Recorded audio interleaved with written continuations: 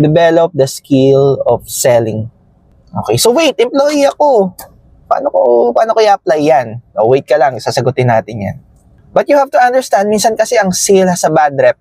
When we hear the word salesman, ang naisip natin is yung car salesman na nagbebenta ng sirang sasakyan na sinasabi niya, okay pa yung sasakyan. Kaya nagkakaroon ng pangit na reputation yung sale.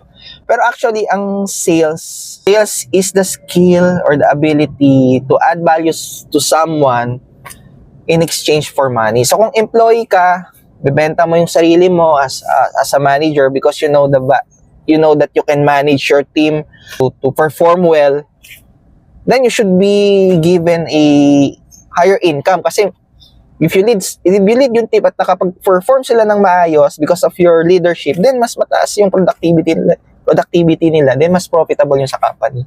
So therefore, it's all company responsibility na